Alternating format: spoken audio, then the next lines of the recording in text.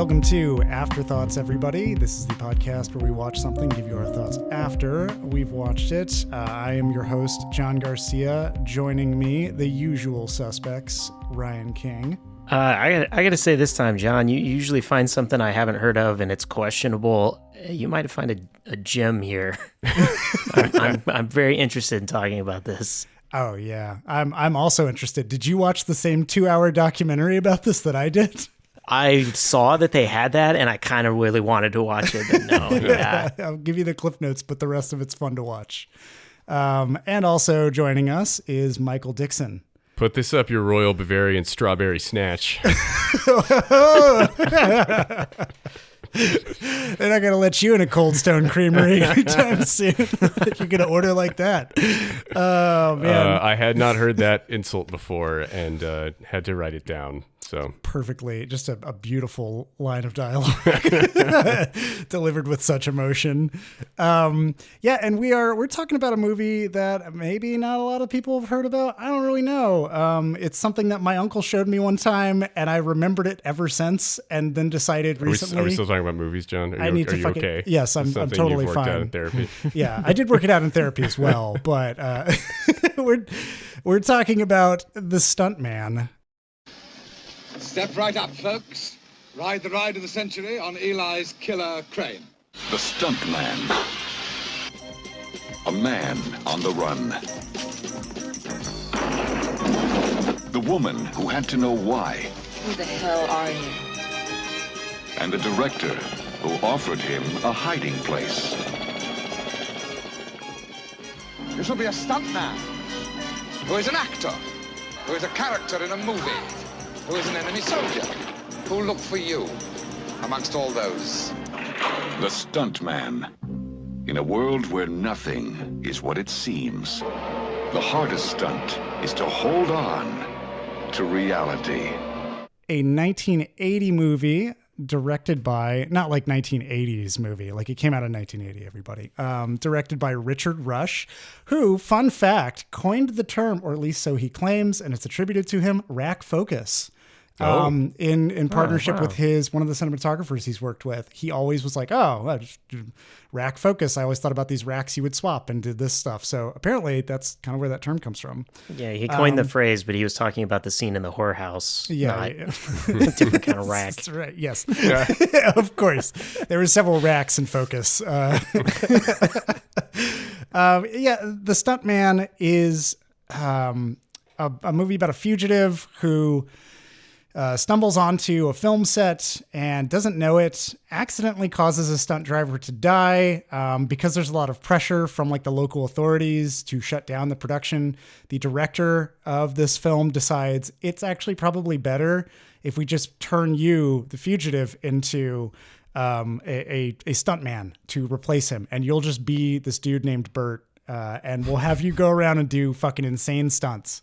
And the entire movie is this, it goes between like, is it reality or not? It tells it from the main character Cameron's perspective. So a lot of it is like swapping in and out of, is this the movie or is this real life? What's happening? And it becomes this interesting thriller that's mixed with like really darkly comedic moments. And Peter O'Toole is a fucking fantastic, eclectic director with a Kubrick streak. And Steve Railsback, gotta love that name. Who?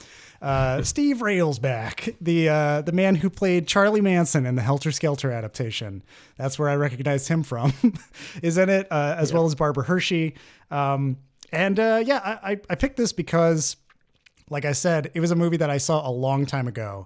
My uncle's big into certain movies. He likes different kinds of he likes some of the exploitation stuff and stunt stuff. And one time he was like, "Hey, you want to see some shit? Here's this fucking movie, The Stunt Man. I have the poster for it. I've got like the DVD. Let's watch it."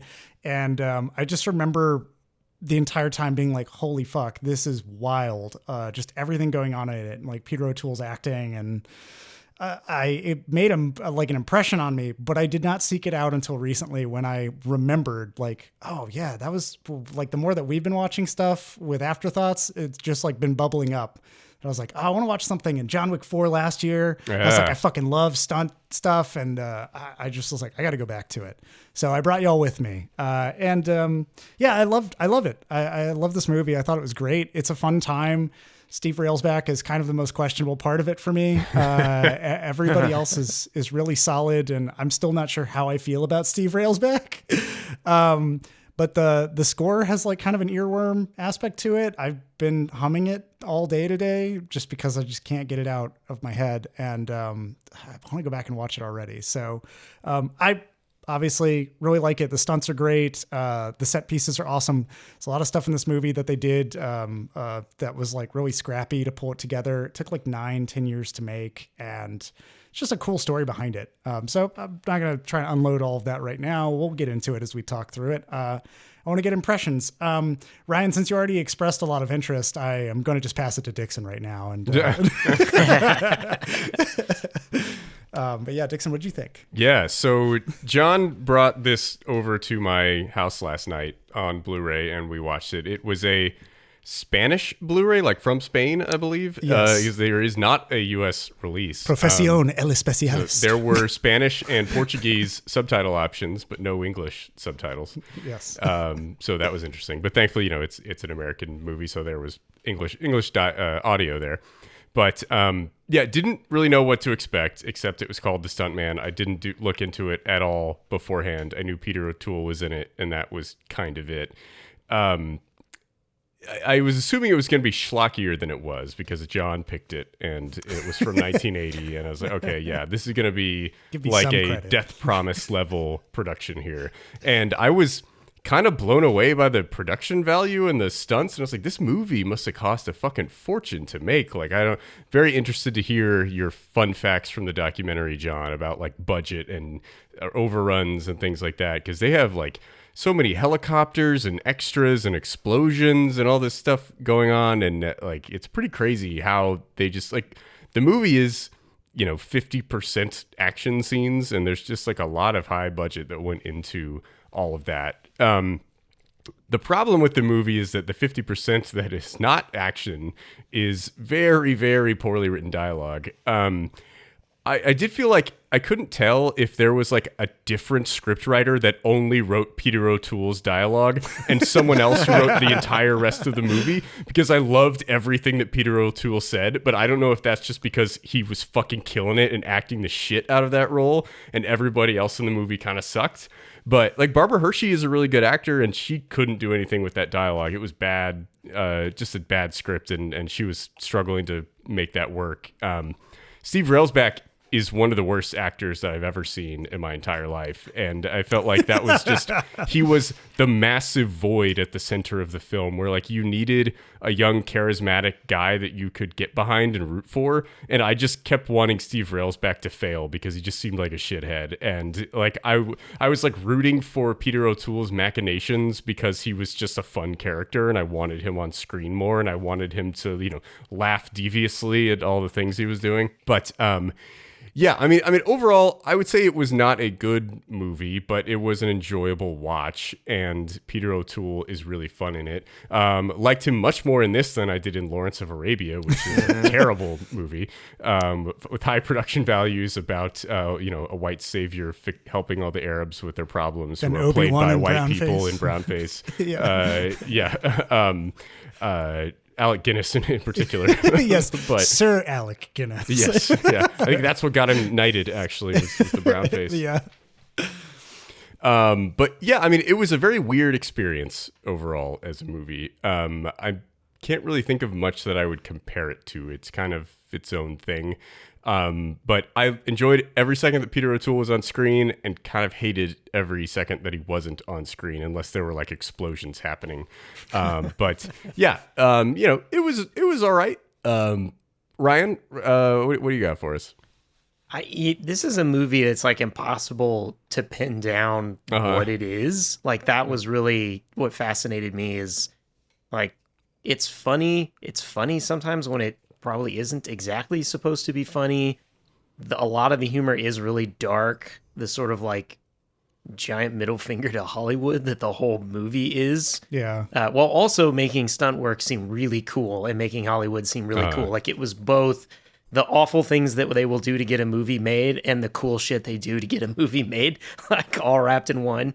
But yeah, Peter O'Toole, fuck, dude. That was So good. something else. And I had the exact same thought where I was like, I wish he was known for this role and not Lawrence of Arabia, because he's awesome. And I think this is, you're like, is there another scriptwriter? Yeah, Peter O'Toole is the other scriptwriter. Maybe I he think just he had made to, up all the lines as he went. he had to have been winging a lot of it and drawing from his own work. Direct, I saw a lot of like John Huston as like the kind of asshole director, knowing the stories. So I'm like, I think he drew from there and his own experiences with that. The movie within the movie, I have no fucking clue. This is like the same as what we were talking about with Singing in the Rain, where you're like, what is the movie? Like, what is that experience of watching the actual movie that they're making? Because it just seemed insane. It just the World War like I movie stunts. filmed in California. That's right. Yeah. Yes. And it was just like, how many crazy stunts can we do? And then whatever shit the director will put his actors through to get something out of them. And then everyone just like brushes it off and rolls with it. So yeah, I agree that like everything other than the stunts and Peter O'Toole is pretty weak. But the movie is just sort of a head scratch of like how did this movie get made? How did the budget go into it? What exactly did they want from it? I can see why it kind of just got quietly released, because I think it needed a better main actor. Like that's definitely a pretty strong weakness. But I think then the other part of it is like, it's just saying fuck you to Hollywood as well. So then it's kind of like, I guess Hollywood doesn't like that kind of movie either. Yeah. Which was what a lot of that documentary was Richard Rush. That 2 hours, it's called like the saga of making the Stunt Man or something like that. I can't remember. There's some negative connotation with it before that. And it's Richard Rush. First of all, he spared no expense for the production value of this documentary. He puts fucking wipes in it. He's in like multiple frames where it's clearly different takes that he overlaid himself talking to himself or queuing things up. Like, wait, when you say he used wipes, did he do those wipes with the big like light with the shine? the light like shine. They did Yeah, throughout? he does this. Like Yes. they did that almost every cut in the first like quarter of the movie, and then they just stopped doing And then it. they gave He's up like on it. the George Lucas of J.J. Abrams like transitions. Like that. But apparently the studios just did not want this. Richard Rush, his 2 hour documentary about the movie is basically just a recounting of how fucked Hollywood became in the 80s when like the turn of everything was happening. And so I mentioned earlier, it took like 10 years for this to get made. He had like already gotten Peter O'Toole signed on. He had Steve Railsback, I think from like Helter Skelter was 74. Railsback signed on then. And then the movie was made in like 78 or 79 and then released in 80. And like leading up to that, it was initially the studio approached him and said like, hey, we have a book called The Stunt Man and we want you to adapt it.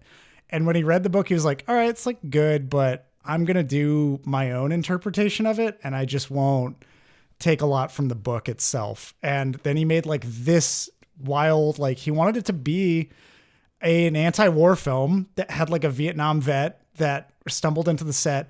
But because of the studio delays, Vietnam fell out of like any relevance by the time that the movie was able to be made. So he had to go back and rewrite it to have all of the moments in it that like everything that's in it is meta from his perspective. Like Peter O'Toole bitching about palm trees was him bitching about palm trees because he was like, fuck man, he's trying to shoot this World War I movie and they got fucking palm trees here.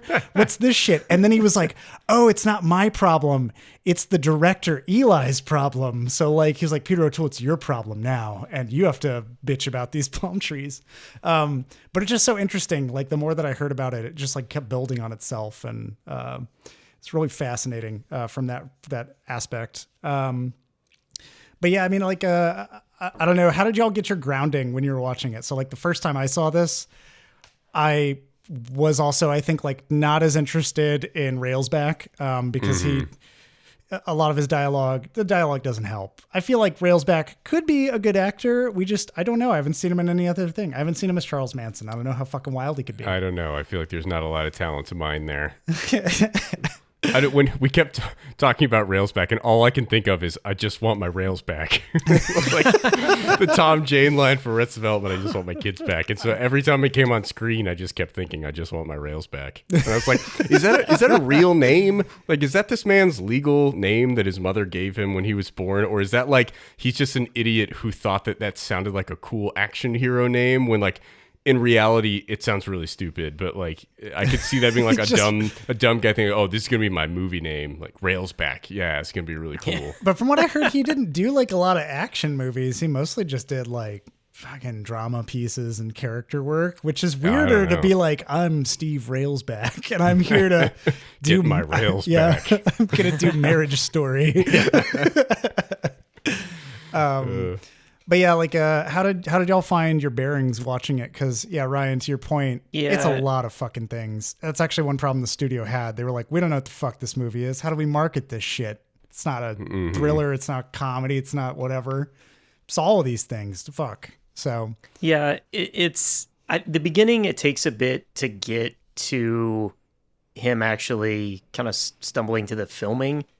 So there's the chase at the beginning. We don't ever really find out what he did. Like he says at one point a couple different things and we kind of overhear one thing, but I guess we never really know what supposed crime he either committed or may not have committed, whatever. And the car runs off the road and stuff like that. You're kind of just like following this, and the whole time I'm sitting there being like, was the stunt man like what? What? Right, there was an interesting stunt, what crime but he committed. He found a guy cheating on his wife in an ice cream parlor. That's what he says. Yeah. That's what he says. He tried to kill him, but it's cool because it was in an ice cream parlor. Yeah. Like you're not going to prosecute somebody for that. Yeah. His marriage was on a real rocky road. Yeah, so it takes him a bit then to actually get to watching the filming of a scene, and then I guess saving the actress. That was all a little weird too. And I kind of all at that point, I'm like, the fuck is going on? Like, where are we going with this movie? And then it kind of gets into the actual plot of like, oh, well, we'll just have you be in this to, take over the role. And I was like, okay, I get it. And I think when we had our first like big stunt film with him, that was when I was kind of like, okay, because the stunts in that sort of first scene we see, which is like a beach bombing, are pretty good, but they're kind of the classical, like, some things explode and squibs go off and guys jump and fall and whatnot. There is that like reveal where the crowd like freaks out. That scene, I lost my mind watching it. Yeah, I'm still like on my toes. Like, I'm like, I don't understand like where this is going. What? And then when it gets into just the action and the fucking stunt work in this, that one dude like breaks his leg straight up on screen. But there were so many other times I saw shit where I was like, that cannot have gone well. That so many people just threw themselves out for this stunt. And that's when I was like, all right, I'm into it. Let's keep going. The stunts are crazy. We have to talk about that scene where like the first scene on the movie set. So we go from like this Railsback is on the run. We don't really know what's going on. All of a sudden we find ourselves on this movie set, and there's a big crowd watching them film this war scene, and it's like, soldiers charging the beach and fighting and shooting each other, and like, soldiers getting shot and bleeding and falling on the beach, and you see an overhead shot of like limbs missing and heads exploded and all this stuff, and the crowd is like, oh my god, someone call an ambulance.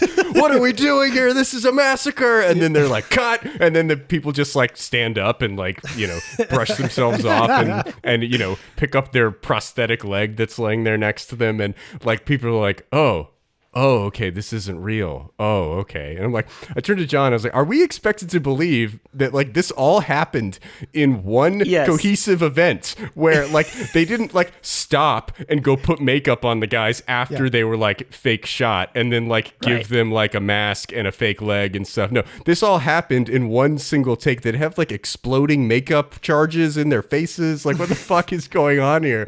Where this crowd would actually believe that this was real. Like, I was was like, what the fuck? It was is fucking this? wild. This is Yeah, just like bad storytelling. How fast can you be? Well, I mean, it's necessary storytelling in this movie's example. I mean, it's.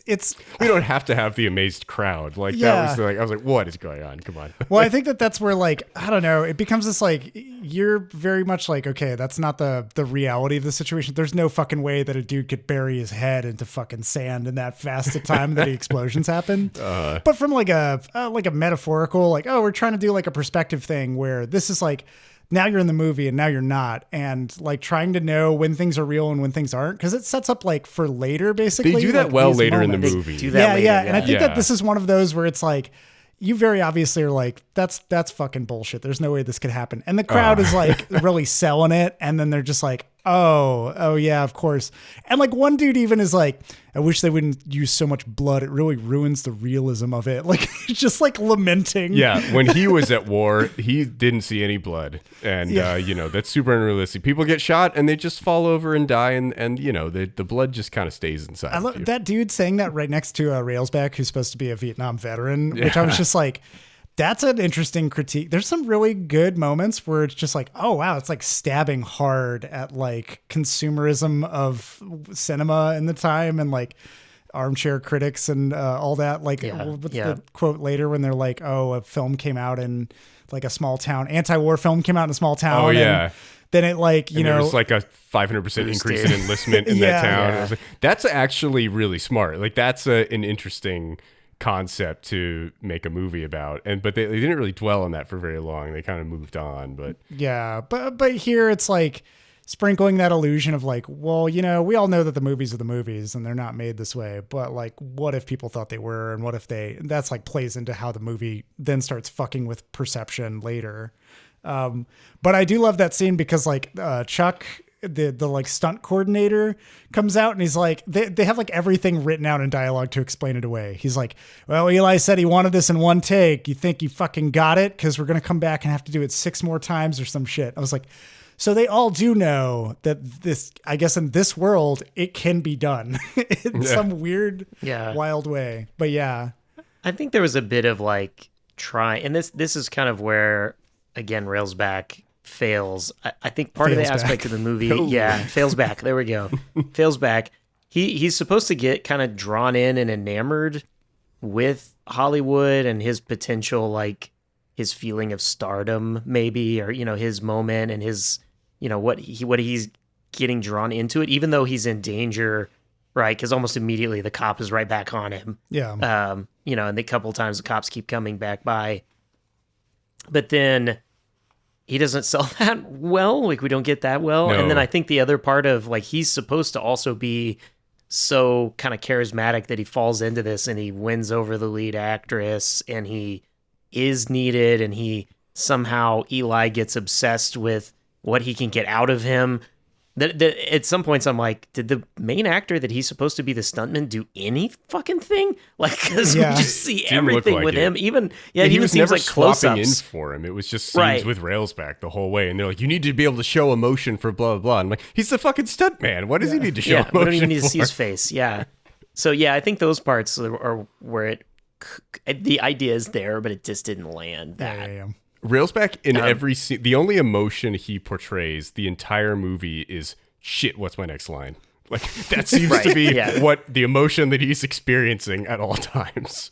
He has and I feel like he's going for that like disconnected vet kind of thing. Yeah.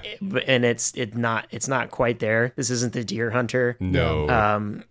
Now when he gets like loses his shit and starts cracking stuff up, like it's working enough. When he but goes I was like, I don't unhinged, think then it's okay. It's one of those things where he just like, he can either scream or he's kind of there and just like aloof to whatever. Like at any moment that he was confident felt weird. When he got like confident about like, what is it when the dude's showing him how to do stunts and he's like, okie dokie. And I was like, that's a fucking weird take. That like, stunt trainer guy was so weird. Just like a jovial old country boy that like seems too old for that job, but it just he was pretty funny. It's great. He's the actual stunt coordinator for the whole movie too. So it's just like they used everybody that they could to do. And it was like, it's funny too, a little behind the scenes stuff. Richard Rush apparently has no self-awareness when he's on set. Like he will wander into traffic in the middle of trying to direct a shot because he's just like in the moment. And the stunt guy was being interviewed, and he was like, yeah, sometimes like me and him were close enough to where now I know I have to stand next to him and grab his fucking belt to like keep him from going places. And then at one point in the movie, on a leash. Yeah, at that one point in the movie, Peter O'Toole steps out almost near an airplane in a very similar manner. And the stunt dude reflexively grabs Peter O'Toole by the belt and pulls him in. And it's on camera, like seeing that. He was like, yeah, I just like lost myself. I was like, he's just Richard. He's doing the exact same shit. But yeah, fucking wild. I love that stunt guy. He's great. Oh yeah, Yeah, no, that he's was awesome. awesome. He has such a nonchalant attitude. It's just it doesn't feel fitting for that type of job, but it's funny. He's to so me. cool about it. Yeah, Just everything he's like, yeah, you're going to fall over here and you fucking die if you do anything wrong. Yeah, whatever. If I could queue up. Oh man. I asked John this last night. I'm curious to hear both of you. John, I don't think you answered me. I give an answer, but John, don't give away my answer on this. But if you could replace Steve Railsback in this movie with a young actor in 1980, who would it be? Yeah, I was trying to think about that. There's kind of some like obvious, like Steve McQueen. Yeah. Oh yeah. I could see that. McQueen may have been a but little old in 80. But yeah, I was like, he was probably a little old. Yeah. But so I'm trying to think of like who would have been a good, and it would be good if it was like an up and comer in 80 that could have fit into that role. But yeah, it needs to be somebody that is that like you can get that they're charismatic, but you can also get that they're like cold and detached. Yeah. Enough. Yeah, like I mean, honestly, like Jack Nicholson. Would work which too, Richard right? Rush He would have been a little old then too. That was 80 was when The Shining came out. He was like 40. Yeah, in again, that, yeah. so probably a little old as well. My pick was Al Pacino when he was doing like that rant about the ice cream parlor and stuff and losing that his was- mind. I was yeah. like, I need Al Pacino to say that dialogue. Like that would be hilarious. And I feel like that would be an interesting transition from like 70s serious actor Pacino into like insane, Scarface and beyond Pacino, where he just like yells crazy shit and like kind of became a different actor at that point. I would have loved to see Al Pacino in that role. I messaged John the other day and said I wanted to see Al Pacino as Vince McMahon whenever they get around to doing the like he would wrestling. be Yeah. amazing. Yes. What fucking short storm eating? Oh man. Yeah. I think if I had to pick, I mean, it's so easy to go with De Niro and just say De Niro would be fucking great. He would be. I think he could channel that like intensity really well. Really tempted to say I'd like to see Sylvester Stallone try it. Yeah. I feel like that could work. I don't think I've seen Stallone be like angry, jealous, angry. I don't remember a movie that he's done that I've really watched it. I've seen him be like, action hero angry and that kind of shit. But it'd be interesting to get that range to have him be in there. It would definitely be much better with Stallone in it than with Railsback for sure. But yeah, I think that those are kind of my two. If it was like, 4 years later or like, 6 years later, like in the mid 80s or something, like young Nick Cage would be really nice. That would be great. Yeah. Cage doing the ice cream parlor rant would also be that is wonderful. a very Cage thing to do. Yeah. Might as well just do the alphabet. Well, he would have that. flavors.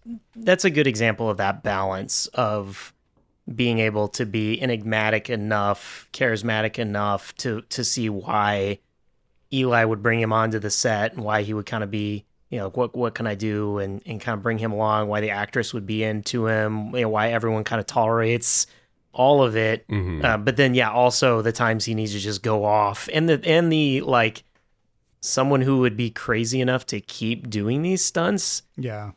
Where every single time they think that they're going to be killed or that they're being fucked with or like to keep going. Yeah. It's like you have to have that balance. Yeah, that was like Ryan. I don't know if you looked up the trivia of like who else was on the roster potentially that could have played these roles. But like, a young Willem Dafoe would have been great. oh yeah, Willem Dafoe would have been great. Kurt Russell would have been pretty awesome. Kurt Russell. I can definitely Yeah. see that being there. But yeah, I know there was like at one point supposedly Sean Connery was interested in being the director, and they were gonna get like Jeff Bridges to be like the escaped ex-con or whatever, the fugitive. Big improvement on Railsback. Yeah. It was just like, oh, okay, that's pretty interesting. And then like in another one, it was I think like Martin Sheen. Was it Michael Sheen? Martin Sheen. Michael Sheen's the British guy. Martin. That's right. Yeah. Not Michael Sheen. Not that guy. It was going to be George C. Scott and Sheen.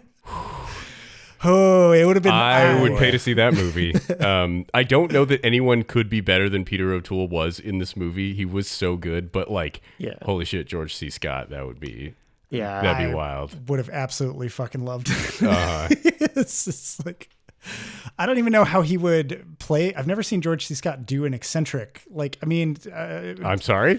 I've seen do the eccentric kind of Dr. director. Strangelove? Yeah, but he's enthusiastic and he's like wild and he's like boyish. Whereas Peter O'Toole's is like it's a menacing. The way that the director's written, it is very much like. He's like an evil god character. Like I love when he'll just descend into frame on that crane thing in the background. And like he's just ever present, always watching in every scene. I think the like two scenes I can point to for O'Toole where it's not just the like over the top per se. Mm-hmm. At the dinner, like the first time they're having a dinner and like everybody is there, right? And Eli's like at the front of the table and they're talking about things. And he says something about like if they don't reject his script or they try to cut his scenes, he's like, well, I'll murder him. Well, they won't cut my scenes, Sam. No? What makes you so special?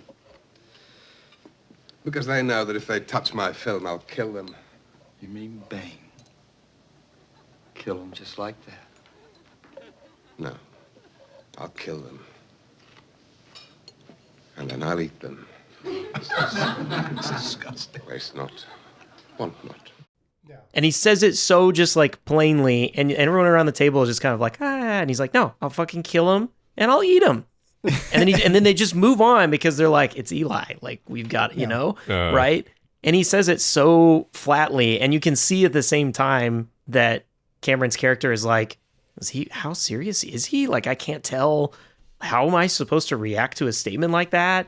And then later when he's they're showing the dailies to the actress's mom and dad, the family is there. Oh my god. Yeah, and he just lets the nude scene just keep rolling that he probably pretty obviously put in there, right, to do exactly that, to fuck with her. And again, just the like calm, collected, like, no, just keep it going. Yeah, no, it's all right. Like he said, it would cause bigger trouble, Ryan, if he stopped it. Yeah, it's too hard to stop it. Let's just keep going. Yeah, and it's that like calm insanity that's also there. But then he can like flip on a dime because the one quote that I really fucking loved from Peter O'Toole is when they call cut in the middle of that big scene where the guy's like, he doesn't call cut. The fucking camera operator calls cut and it's like, there's 30 feet of film left. And he's like, that's 22 seconds. And then he's just like, in 22 seconds, I could break your fucking spine. In 22 seconds, I could pinch your fucking head off. I could shoot you with 22 bullets. It's so fucking intense. Like just watching that one person get chewed out in front of everybody else. Was it cut? I had a film runner. How many feet of film are left in that camera, Gabe? 33. God damn your fucking eyes. How dare you yell cut on my set? Well, what the hell, Eli? 33 feet is nothing. It is 22 seconds, Henry. In 22 seconds, I could break your fucking spine. In 22 seconds, I could pinch your head off like a fucking insect and spin it all over the fucking pavement. In 22 seconds, I could put 22 bullets inside your ridiculous gut. What I seem unable to do in 22 seconds is to keep you from fucking up my film. And it like perfectly balances the character. You're like, oh, I know who this is. They can be that violent at any point. They're also very casual about how violent they could be. And it makes him so unhinged, and it really helps sell the fact that like he may kill Cameron by the end of the movie. Like he may actively be trying to do it. By the way, had no idea his name was Cameron the entire movie until the credits rolled, and I was like, wait a minute, Steve Railsback's character was named Cameron? Where the fuck did that come from? He's called Bert the whole fucking time. I know that's not his real name, but he's also called Lucky. Yeah, I don't think they ever call him Cameron a single time.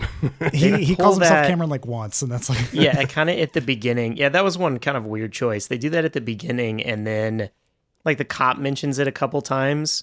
And then the whole like setup at the end, he takes off because he thinks the guy saying camera on is Cameron, and he's so I been, didn't even realize recognized. that. Right, and yeah, exactly. I was like, well, how are we fucking supposed to remember 2 hours ago one time this guy's name was mentioned, Cameron? Right, like it was like that's not a good payoff. Yeah. I was also the ending of the movie where, okay, by the way, if you're listening this far, you still haven't fucking seen it, just go watch it like once, right? I mean, can we get a consensus on this? I feel like it's worth just the right bonkers. Yeah. It's worth like a single watch. And then, however you feel about it is how you feel about it. But just when Peter O'Toole's not on screen, just fast forward until he gets on screen again. Or the explosions and stunts are happening. Explosions, people jumping off if roofs. Steve Railsback is talking, fast forward. Yeah. Yeah, there you go.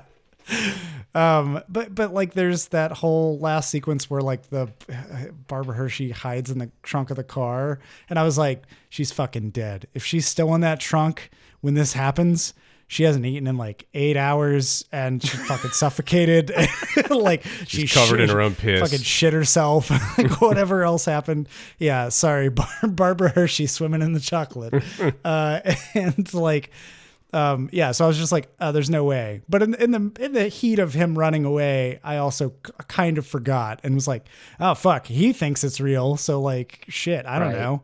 And those are those moments where like, I think Railsback does work, but only in the moments where it's like the most intense shit's happening. I can like buy that he's panicking genuinely and that like certain things happen. But like outside of that, no. Like when he does the quiet dramatic moments, when he's tearing down the paint cans in that fucking room. It's like, oh, this is such melodrama and it's fucking wild. But it really is like in the middle of the stunts when he needs to look frantic, like he sells really well. Like there's that other sequence with the tower where the stunt guy pops out of nowhere and punches him in the face with like the butt of a gun. And then he like throws him over and he's like panicking because you're as an audience, you're like, holy fuck, did he just kill that stunt dude? And then you look down and you see the fucking big bag that he got caught in and he's smoking a cigarette. Just like, what are you fucking doing? Move along. That's really the best thing this movie does is like that sequence in particular is very well done. But, like they throw Railsback into these situations where they tell him that one thing is going to happen as a stuntman, and then they do something different and it freaks him out and it makes him think that everything's going wrong or that he's in danger for his life. And it's, Peter O'Toole's like, well, I needed to get the emotion, it's like, again, like what are you fucking talking about? He's a stuntman. You need to plan this shit out. Like he's going to get hurt. But like the movie puts you in the shoes of the stuntman who doesn't know what's happening, right? And it's like you're unsure if what's happening is actually being filmed, if it's part of the movie, if it's something else happening outside of that. And they kind of reveal as the scene goes along that, hey, it is part of the movie, it's being filmed, they're kind of playing a trick on this guy. But the way that it's edited and unfolds is super well done, where you don't really know where you are. You're talking about how did you feel grounded in this movie? I think my answer is basically like I didn't. Like it was kind of all over the place, and that's not necessarily a bad thing.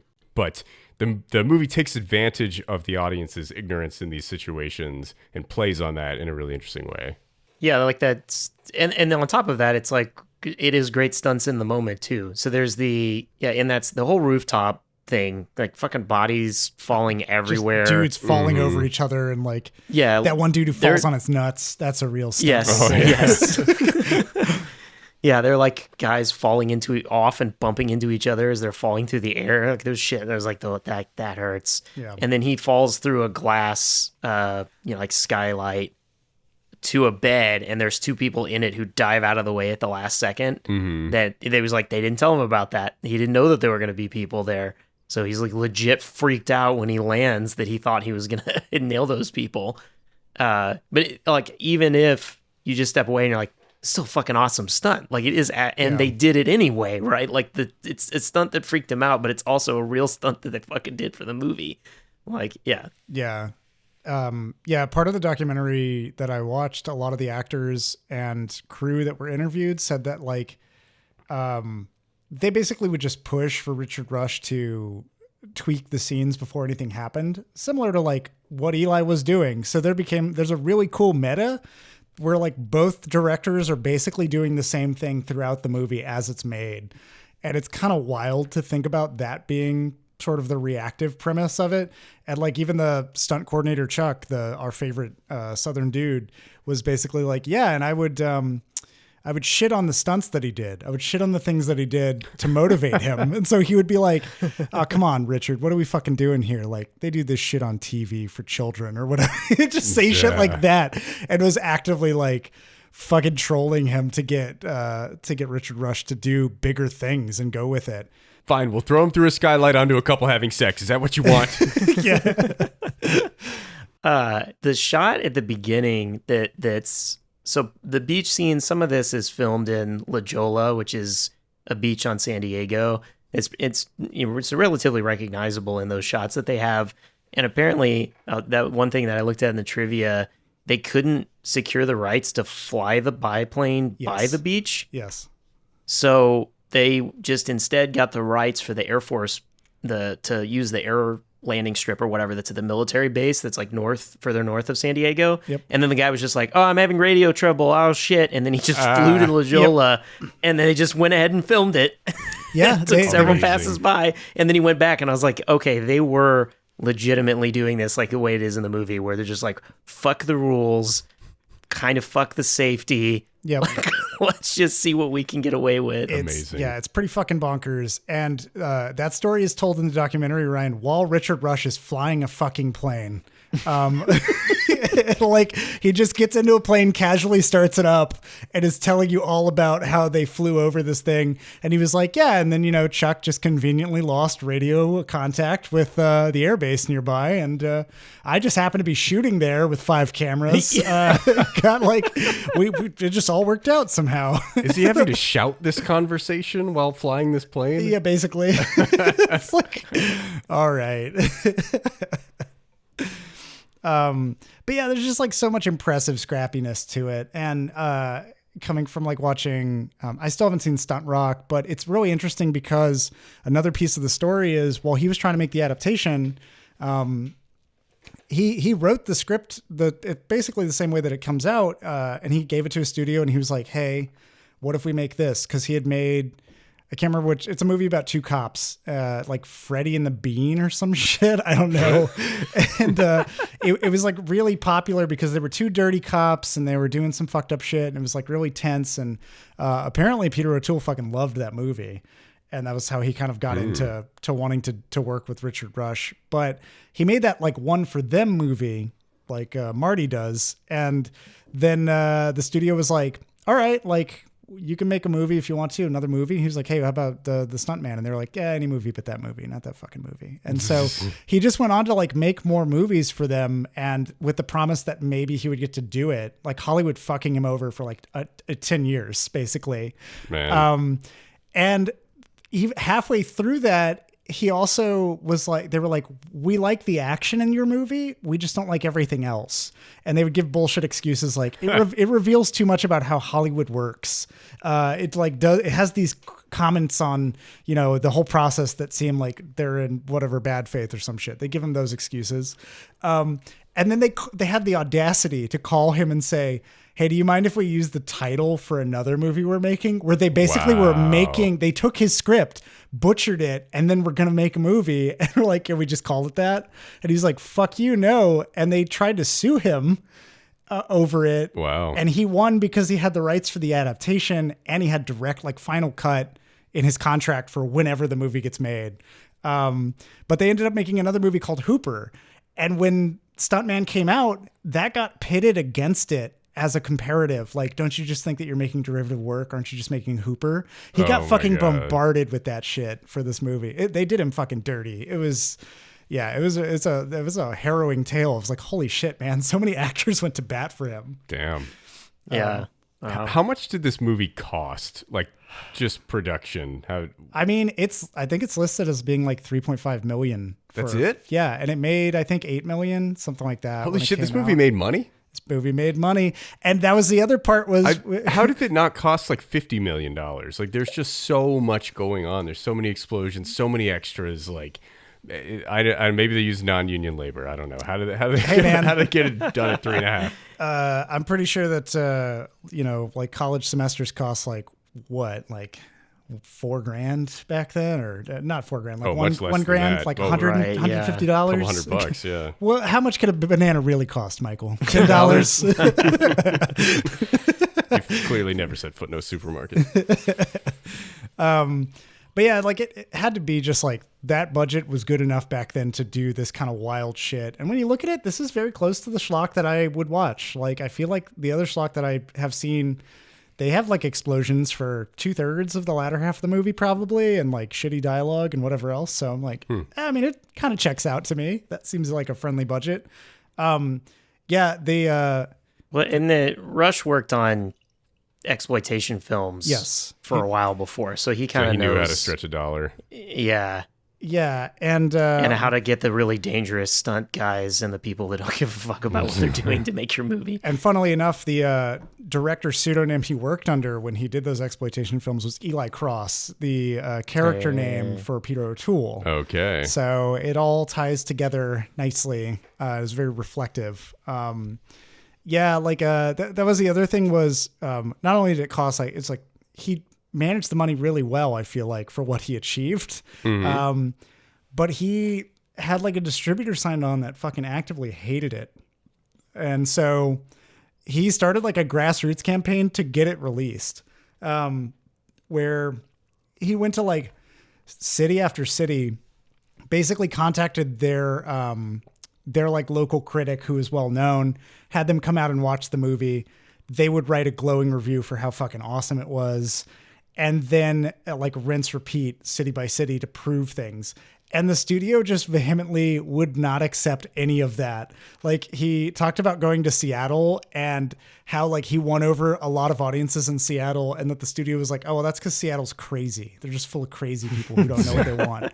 And like, he just couldn't get a screening in LA, and the critics in LA were fucking dicks about it. So it was just like fascinating to me that even a distributor that's like, hey, I'm signed on to make money, was like, fuck this movie, I'm gonna try to bury it. It's like, actually, if it does well in Seattle, that means it's going to do horrible everywhere else. Yeah, Star Wars, yeah. they hated it in Seattle. Nobody went and saw it. I will say I wouldn't know how to promote this movie. Like the trailer, I guess, would just be, I would just straight up just fucking show cool stunts and then just show like, the explosions. Stunt Man, and that would be it. Yeah. I wouldn't even go, I wouldn't even fucking do anything else. Don't ever show Steve Rails back. Just show the explosions and show Peter O'Toole saying yelling. crazy shit. Yeah. Yeah, obviously. Peter O'Toole ended up getting nominated for an Academy Award for this. I mean, seriously? He fucking nailed Yes! it. Oh So my God. that's I had no amazing. idea. So the fact that this like He was so good at it, yeah. like practically didn't come out, and it got that, but it was also like nominated for Razzies, like Yeah. because it really is a movie that does both things. It does both. Get your movie that can do both.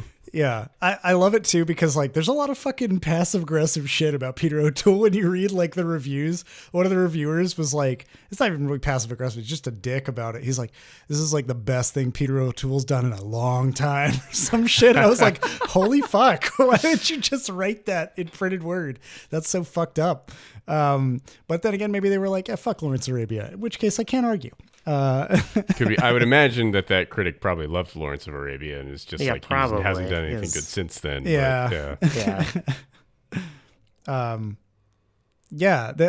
There's just so much about it that I'm like fascinated that it came to be the way that it was, and like, yeah. I don't know. That's pretty wild. Yeah, and the cinematography in it too is really fucking solid. Like, Yeah, there's some it's cool well shots. shot. It's really well edited. Like, it's got some very good aspects to it. It makes me think, because the more that I hear the actors talk about him when I watch the documentary, and the more that everybody talks about everybody in that movie, it just sounded like a good crew of people who had a good time doing it. And I think that energy just translates so well into like, it made the filmmaking more fun. The stunt people wanted to do crazier shit. Like, it just fueled everything. And it sounds like Richard Rush is really like an actor's director and like a stunt crew's director, and just like a people's director in some way. So he was pretty relatable in the documentary, and I was like, I would work for this guy. He seems cool. He seems a little bit like, definitely he grandstands a lot, and there's a lot of soapboxing shit that he does in the thing. But he has this great rant about how like the Stuntman became, to him, it was, he wanted to stick that middle finger to fucking Hollywood, because he was like, they're not greedy anymore. They're just corporate politics now. And like the greed is no longer the main thing that you can use to drive a conversation to get your art made. Where he was like, you could make a movie and say, hey, I'm going to make a fucking great movie and it's going to do so much for you. And then you're going to get like all this like fucking money coming at you. Just let me do the thing. And he was like, yeah, they just go for sequels now. Like they just care about the wrapper you put around the hamburger and they don't give a shit about the hamburger itself. And I was like, damn. So yeah, the 2-hour documentary is also Richard Rush's grandstand, Mr. Smith Goes to Washington indictment of Hollywood. And I enjoyed that too. I think I mentioned this on the podcast once before, but I saw an interview with Samuel Fuller where, he had said like, it used to be that like the people that ran the studios actually liked movies and they weren't just like suits from the East Coast. They like got into the business because they like making movies, and like you could take a script into the studio and talk to an executive about it and they would like act out scenes with you and like actually figure out, okay, how to brainstorm, okay, this is some good stuff here, how do we get this into a movie that makes sense? And like now it's like you can't do that, and there are these directors like Sam Fuller and Richard Rush that like could just kind of got pushed out of Hollywood because they were trying to make new interesting things, and like it just turned into a financial business, like financial not being obviously every business is financial, but like a financialized Wall Street business like everything else, where it's like the people running it only care about returns and stock price and shit, which is, it's just, that's where every business, every industry has gone, and we could sit here and rant about that for hours, but absolutely. I think about Singing in the Rain, right? They come in and the guy, he even admits, he's like, I don't really know about movies. He checks in every so often, but he does work with them when they're like coming up with the idea and coming up with the title and all that. And I think about it today, and that guy would see that preview of the movie, and then when they come in, they're like, oh, we could fix it. We're going to do this. He'd be like, fuck it, tax write-off. And then they would just move on. It would never happen, right? Yeah. Like, we don't need it. Never mind. New movie. Let's move forward. Like one really fucking cool thing not Railsback, sorry, that Richard Rush did. Sorry, Railsback, you didn't do anything cool.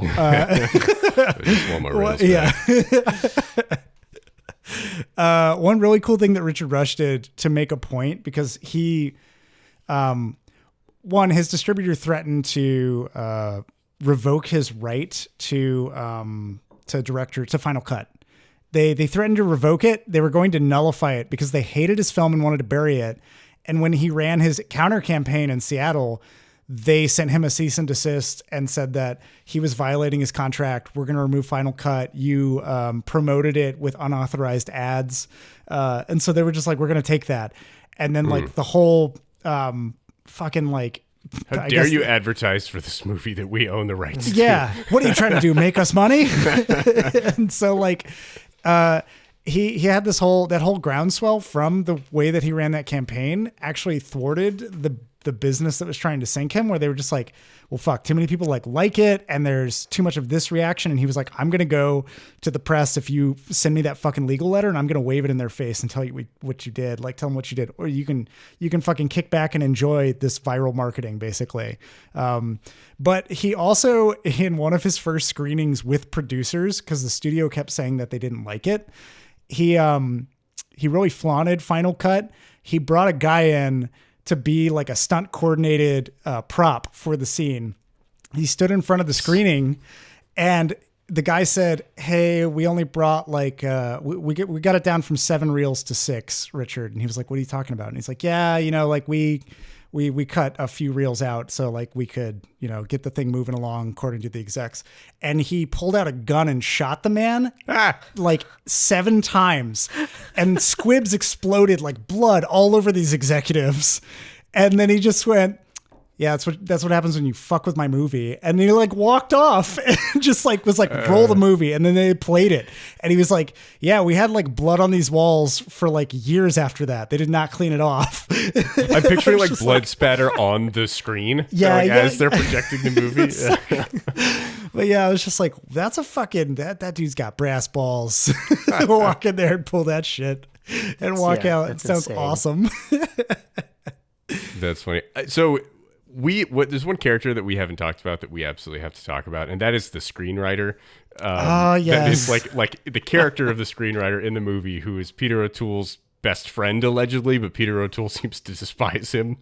And, he he hates the guy's script, and he's always trying to rework it and get rid of scenes that the screenwriter loves. And it's like, we got to get rid of this scene. It's not working. And the screenwriter's like, when I wrote that scene, my oldest son stood up and shook my hand. That's the only time in his life he's ever done that. And you want to remove it from the movie. Yeah, and he does that other thing where he's like, oh, it's not working. The scene's fucking shit. Who the fuck called me in the middle of the night saying that this is the best fucking thing that they've ever read and they want to do this moment? Yeah. It's like, yeah, he's great.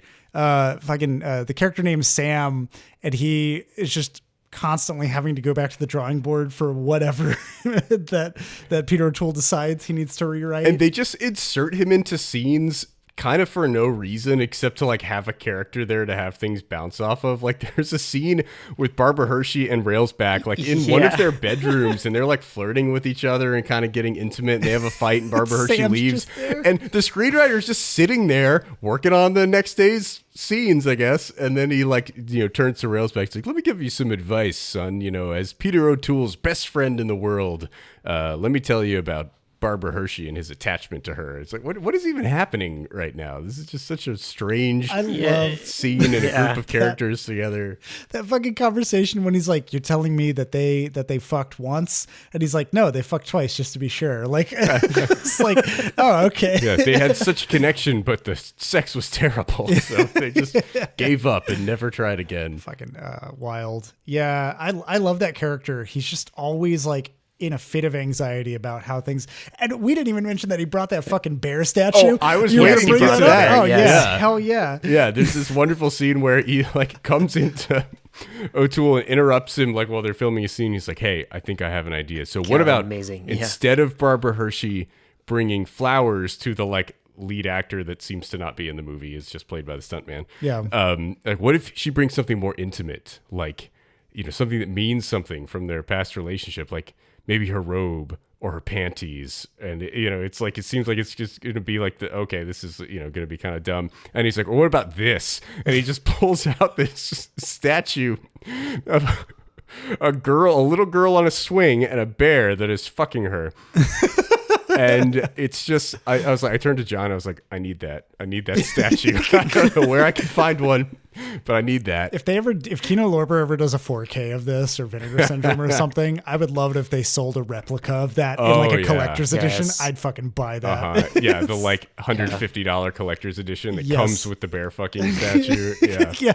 I immediately was like, wow, never seen a bear fucker statue in real life, I guess. Like somebody makes a comment about it later too, where they're like, "Oh man, that bear really wants it." Jesus. And somebody's like, I think the producer or somebody's like, "Are you serious?" To the O'Toole is like, "You're really gonna put that bear fucking statue in your movie? Like this is so stupid and absurd." And he's like, "That's my fucking movie. I'm gonna do whatever I want." Puts it in there as a seeming middle finger to the studio, even though he seems to kind of know that it's dumb and maybe doesn't serve the purpose of his movie, but like. Yeah. Oh man. Just amazing. Some of the stuff we haven't even really talked too much about, because we talked Peter O'Toole up as being a huge sociopath the entire time the movie's going on. He's just like wildly manipulating people, and fucking maybe he's gonna murder this stunt man. But like there are genuine moments where he shows a good, decent amount of humanity. There's like a care that goes into lulling the audience back into comfort with some of like, what the fuck is he trying to get at? What exactly is there? Mm-hmm. It's like Sam is arguing at one point, like, you got to fucking cut this kid. He's like dangerous. I don't understand why you keep making him do fucking stunts. But like, he's like, I don't know. I'm just trying to work out my movie. I'm trying to figure this piece out. There's something about this kid that I really like. But there are other moments, like when Bert, the actual stunt person, dies, he's like crying when he arrives on set, and he's like, it's been a fucking shit day. And like, he's torn between finishing his movie and admitting that he lost somebody. And like, there's some fucking travesty about it. And I genuinely appreciated those moments. He didn't just seem like he was always crazy. And I think that it really helps lend itself to Railsback's like insanity as he continues to become more paranoid of everything that Peter O'Toole's doing. There's some stuff that it's clear Eli's trying to fucking bring into he's trying to help him. He's trying to get him out of the situation that he's in currently. But yeah, I don't know. I feel like though at the same time we later find out that Eli got pissed at the camera guy from like turning the camera away when they both knew that original Bert was dying. Yeah. This is true. So I'm like, it's almost like he was crying that like Because I'm not going to get to keep making my movie, or we didn't get the shot, or right, like he's not. Yeah, he's like keep filming anything, right? Just do it. Yeah, and that was the other thing where I was like, after a while, I just wasn't sure because fucking like Eli lies to Barbara Hershey's character. I don't fucking remember her name. Barbara. I don't think the movie does. Babs. He lies to Babs, and he's like, oh yeah, Cameron's cool doing the stunt. Sorry, Bert's cool doing the stunt, and we can wave to him from the car that he's in, and that kind of shit. So yeah, he is still like fucking devious and does a lot of fucked up shit, Kubrick style. Making Babs cry in front of her parents by telling her that, oops, I showed them the dailies. Feel the shame. Yeah. Roll. Yeah. Roll film. The moment he finished it, he's like, it's not a big thing. It's definitely not a big thing. I just showed all of the nudes to your parents.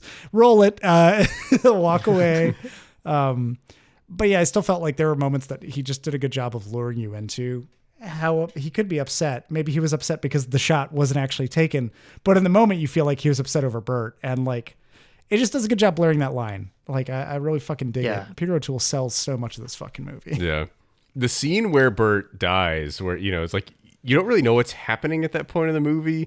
Railsback is on the lam and he's running from the cops, and he's on this bridge and there's a car coming at him, and he like, you know, gets out of the way, and the car like loses control and goes off the bridge. And then like a very comedic scene where like he turns and sees O'Toole in the helicopter with like a movie crew and a camera, and he sees that they're filming him, and O'Toole is just staring at him like, and he's chewing on his thumb. I just saw that. He's like totally just chewing on it's like one of the most like funny, like awkward look, oh god, you saw that scenes that I've seen in a long time.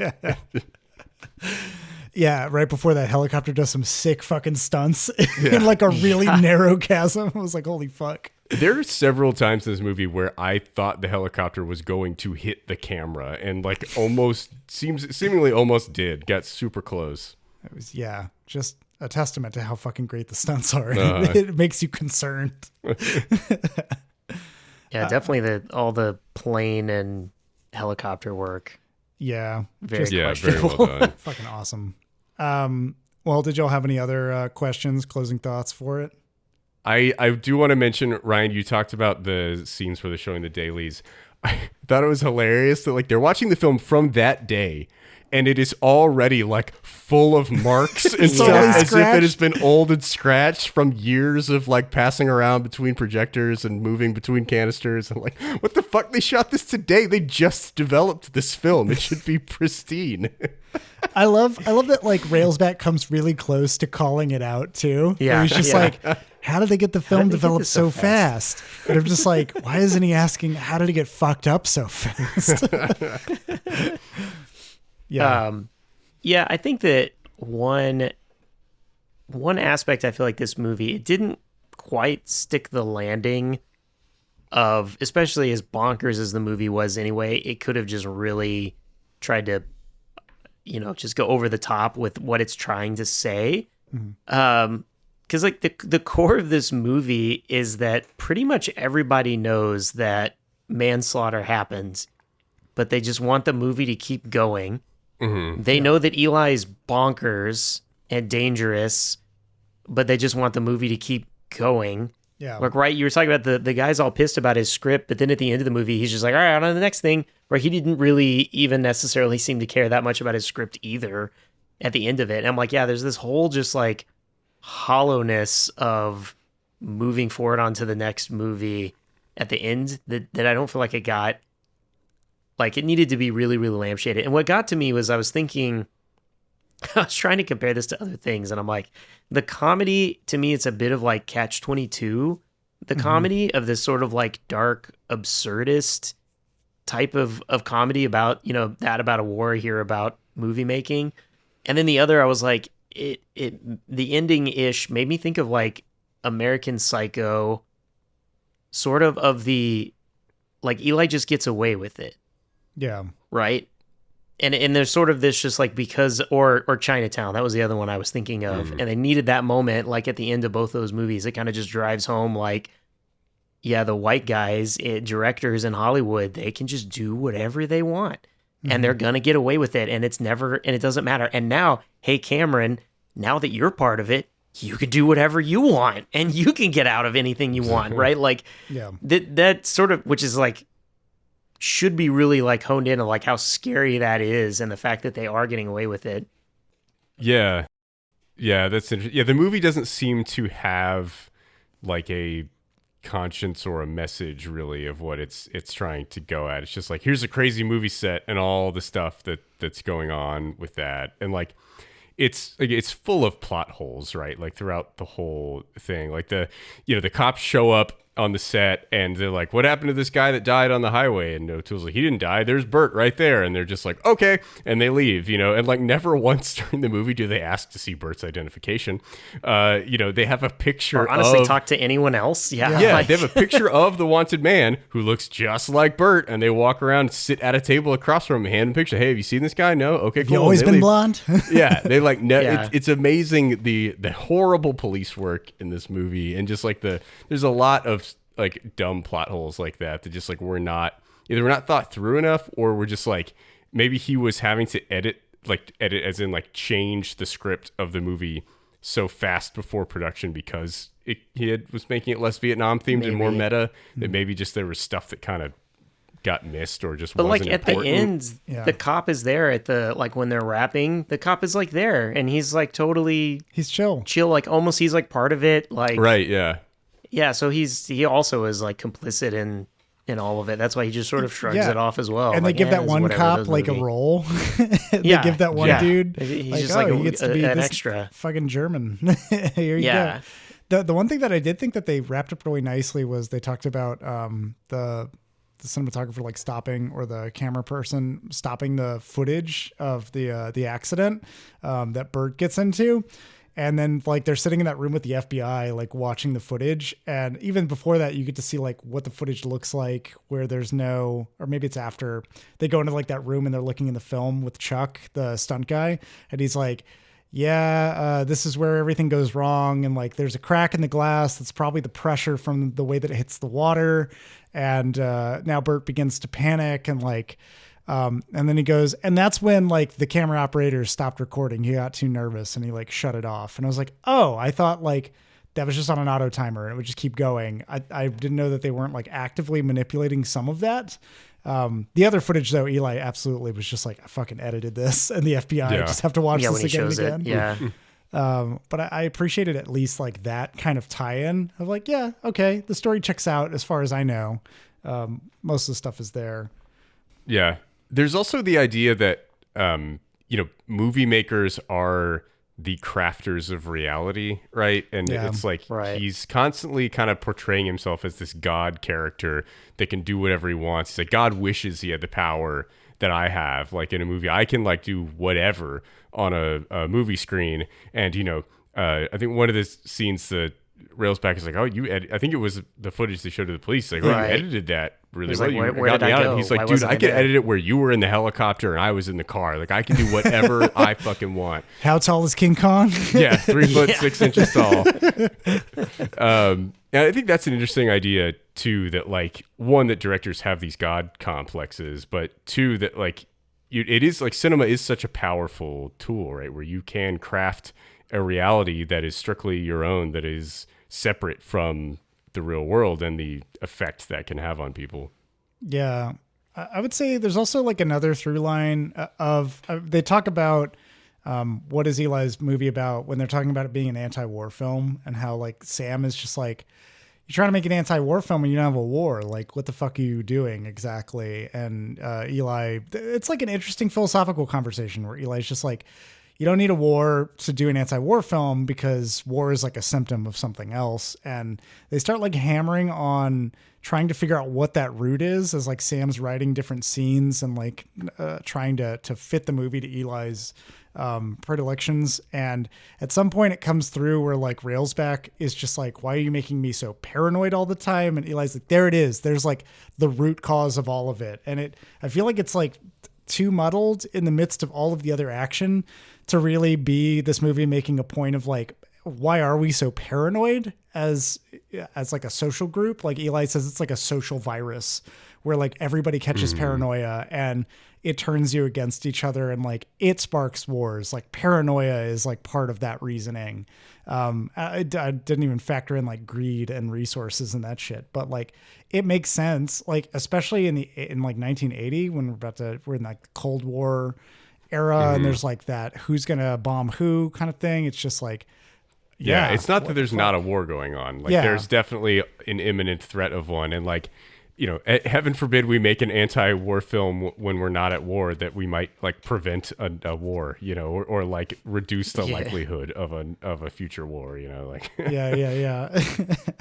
I don't know that the movie that they were making was an anti-war movie. I never really saw any of that. That was something that was very confusing because he's like kept talking about wanting to make this preachy anti-war film, and like he's like, everyone's like, why do you keep the stunt guy around? Because I want to understand the young man that I'm making this movie about. And like the fucking actor that he's stunting for is like 50, so I don't know what you're doing there.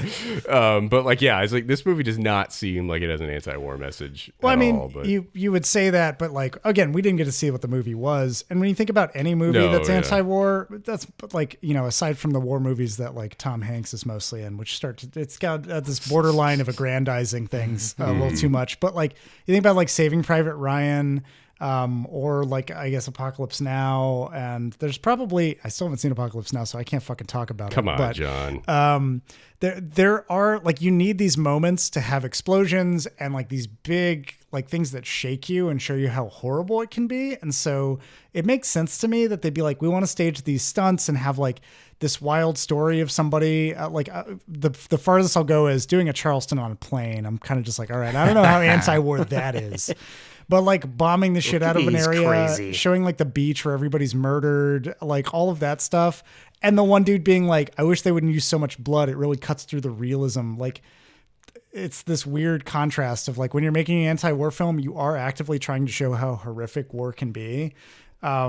And I think about like any good anti-war film I've seen, it has horror in it. It has those explosions. It has that blood. And it might look like spectacle when they shoot it, but when it comes out, it's absolutely horrifying.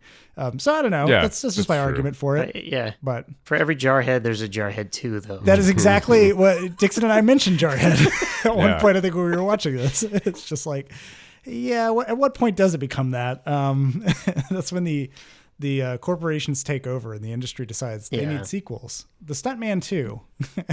There is like a muddled message there of Eli trying to prove to Cameron that no one is out to get him. And he does talk about this like, oh, my anti-war film, if I can just get one person, like get through to one person. And the whole end stunt is like staged by Eli to make Cameron fully think he's going to be murdered. Yeah.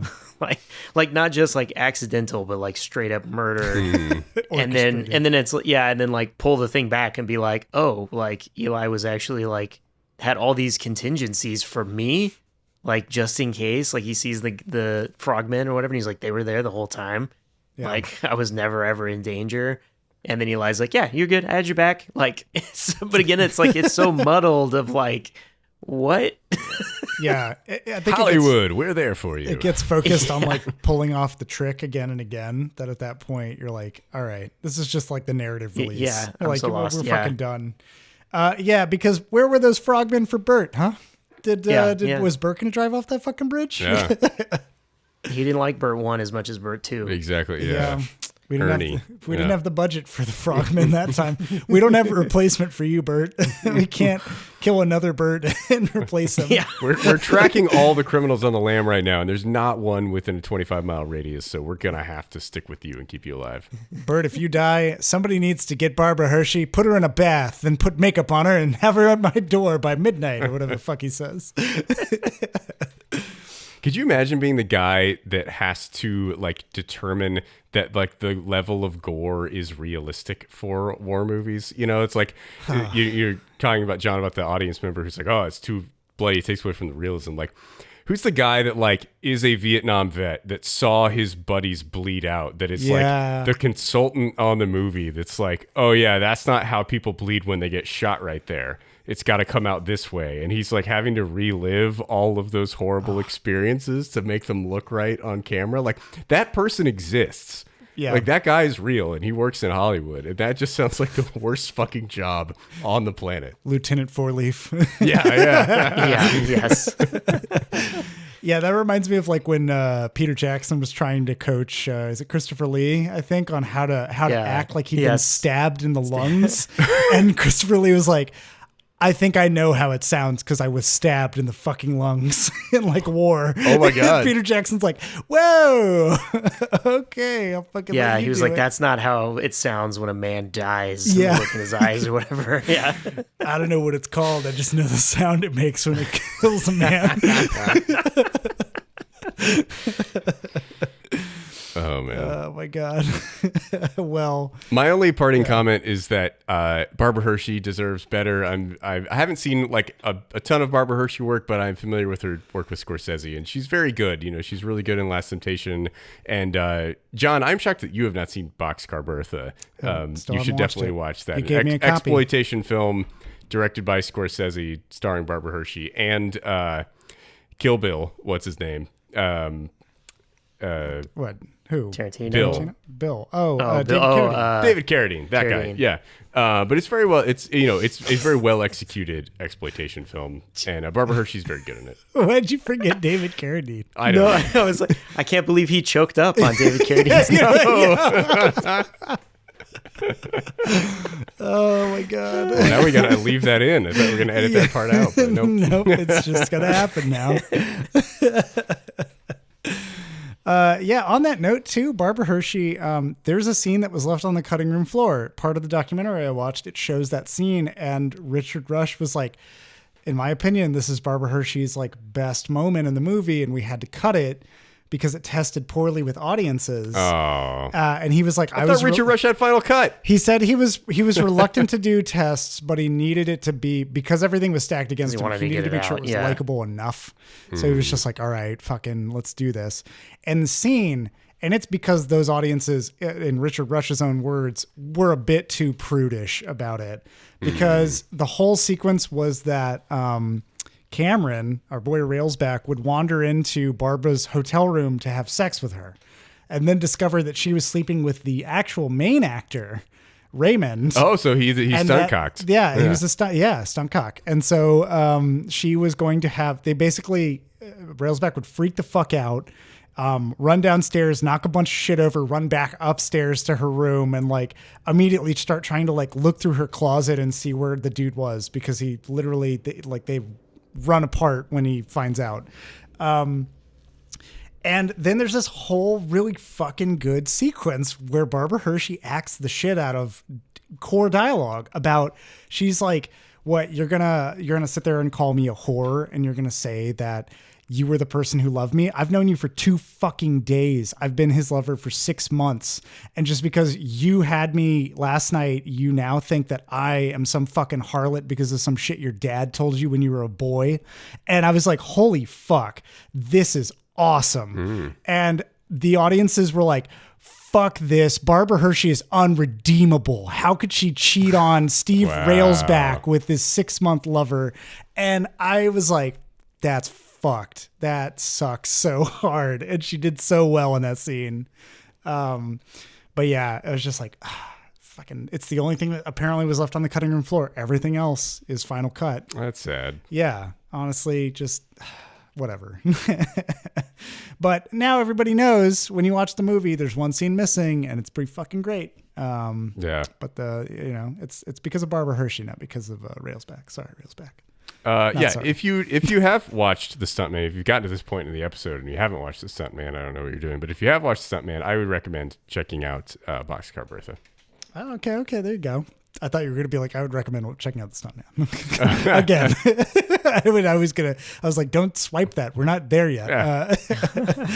But yeah, well, that's a recommendation for Boxcar Bertha, everybody. Well, Dixon, would you recommend The Stuntman?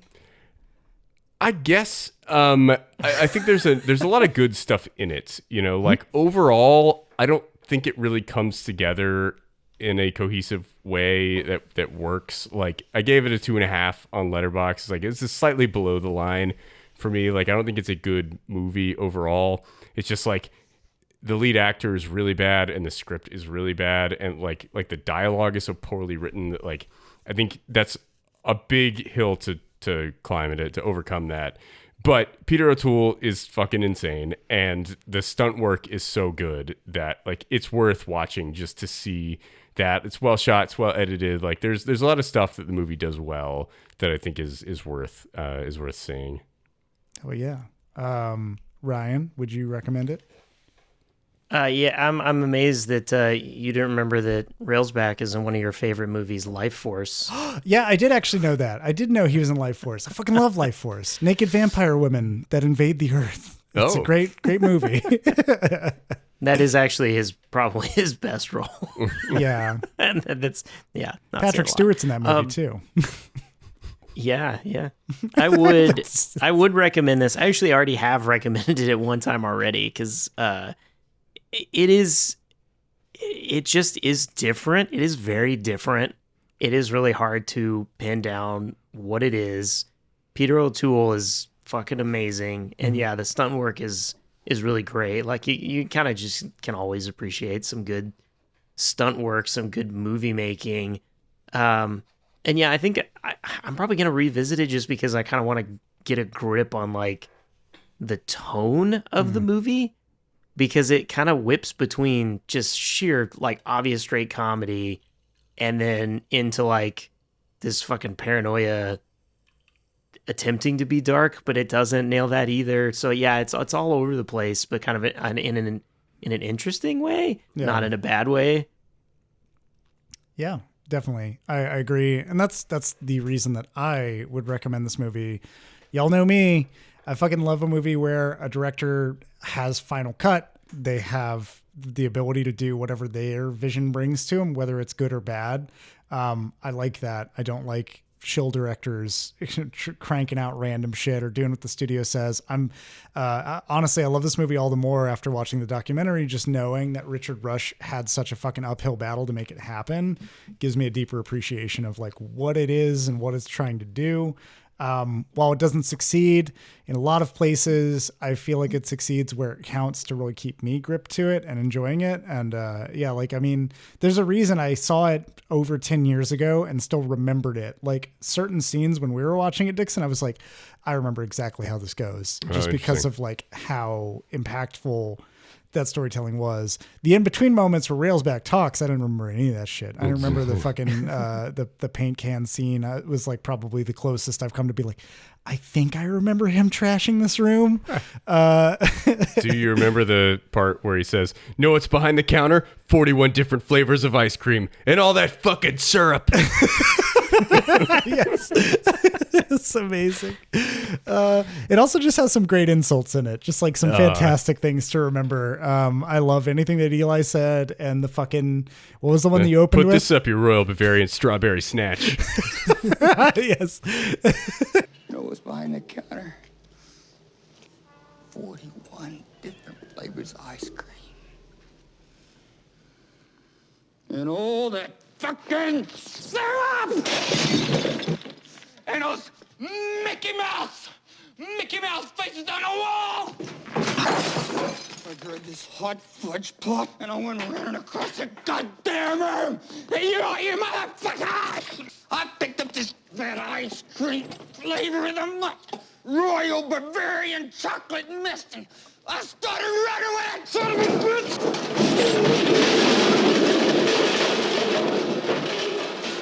You messed up your Royal Bavarian Strawberry Snatch! Fucking great. Just also, the cop went to the hospital because the ice cream was cold. It's like, what the fuck? Yeah, what is going on? Talked about that cop getting like frostbite. Yeah. He's like, the cop had to go to she's like, you killed him? And he's like, oh, the cop had to go to the hospital.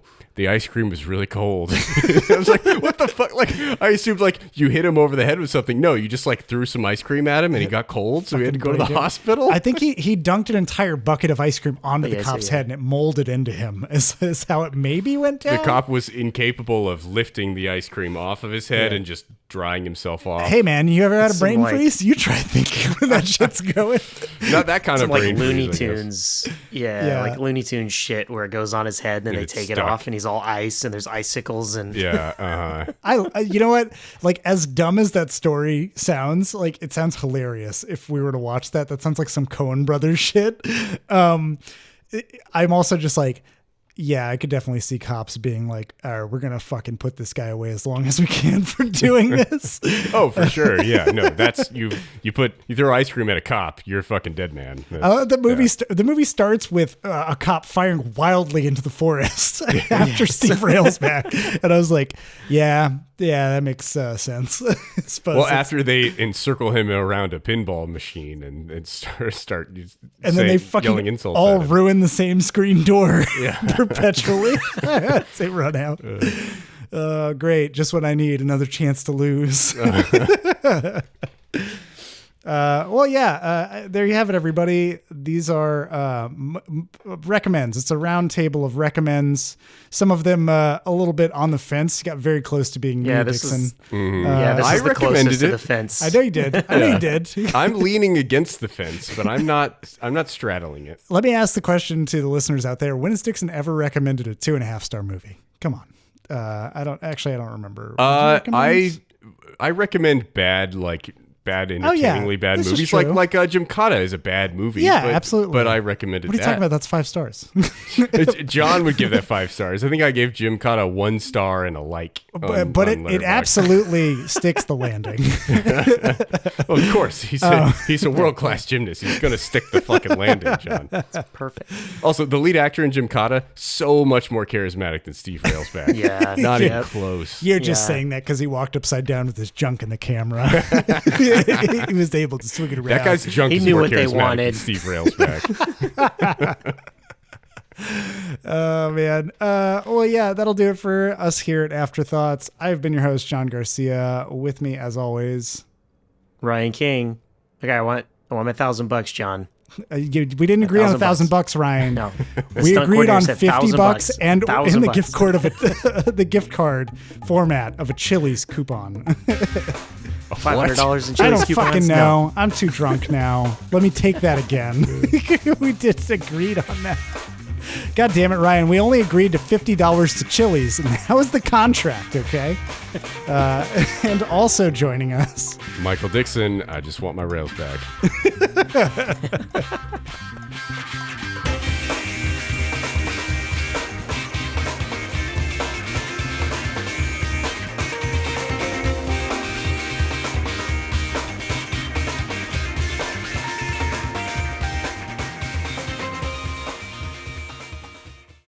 Hey there, movie buffs, TV toughs, and all listeners in between.